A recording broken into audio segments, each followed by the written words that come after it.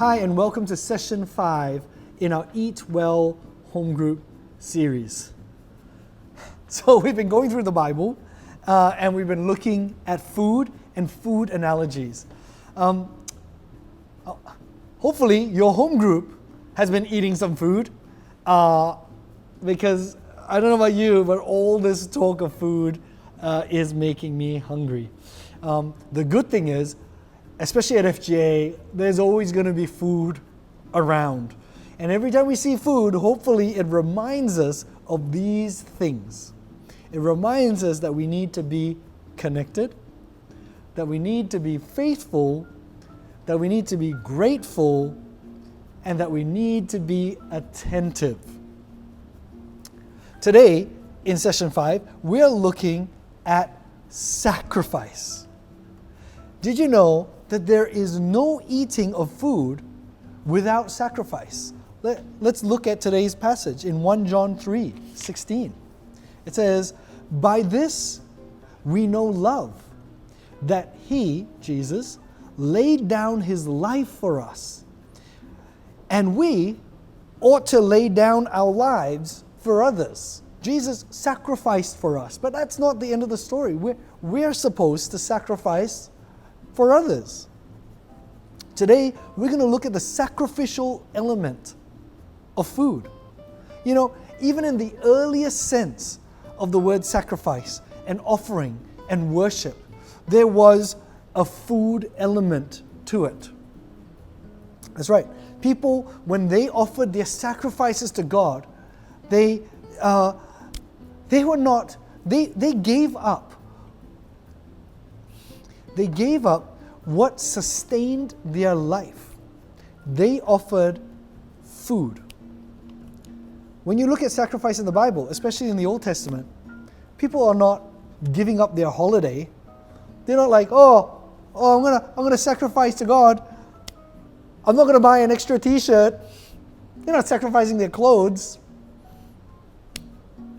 They're sacrificing the best of their livestock to God. Their first fruits of their harvest. In fact, by sacrificing a healthy, strong animal, you could almost say that they were giving up their very sustenance, their very source of food, but for some of them, their very source of income even. It's a way of showing love. That's why the passage says, "By this we know love, that He laid down His life." The sacrifice is a way of even showing love. That's why we offer people food as a way of sort of saying, "Hey, I love you. Do you want to eat? What did you eat?"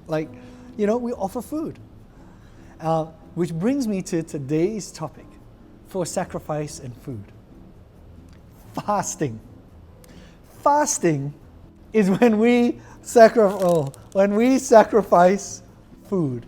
When we say the very thing that sustains our life, the thing that we need every day to eat and eat and eat, we voluntarily give that up. You know, Saint Basil the Great says this: "Fasting enters deep in the soul, where sin can be sought out and addressed.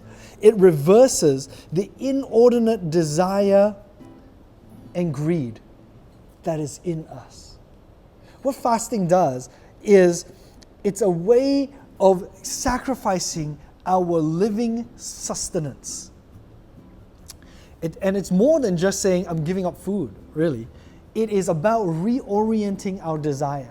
It's saying, I'm not just living for myself, to look out for myself, to look for myself. In fact, I'm self-offering up life. You know, we looked, food at some level mixes life and death, right? Life and death is in food. Things have to die for us to eat it, to give us life so that we could live. So there is a life element of sacrifice even in food. In Isaiah 58, verse 6 to 7, and you can read it in your own time, God actually points us to more than just the removal of food in fasting. there's an element in there in fasting that says when we fast, we're supposed to match God's desires. We are supposed to seek Him. So fasting is not just dieting. It is the removal of this food, and then just as our anchor passage for the whole series talks about, it's about the removal of this food that was here before, and the substituting and the putting in of God as our food. Jesus, the bread of our life. So that when we fast, we remove food, we feel hungry, and we sustain ourselves with God.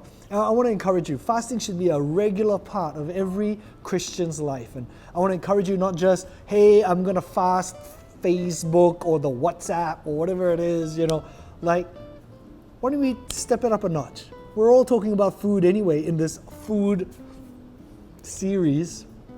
Why don't we fast food and see if we can replace food with God?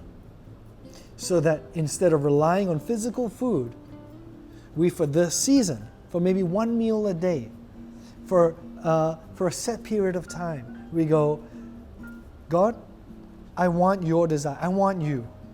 I want my heart to desire you.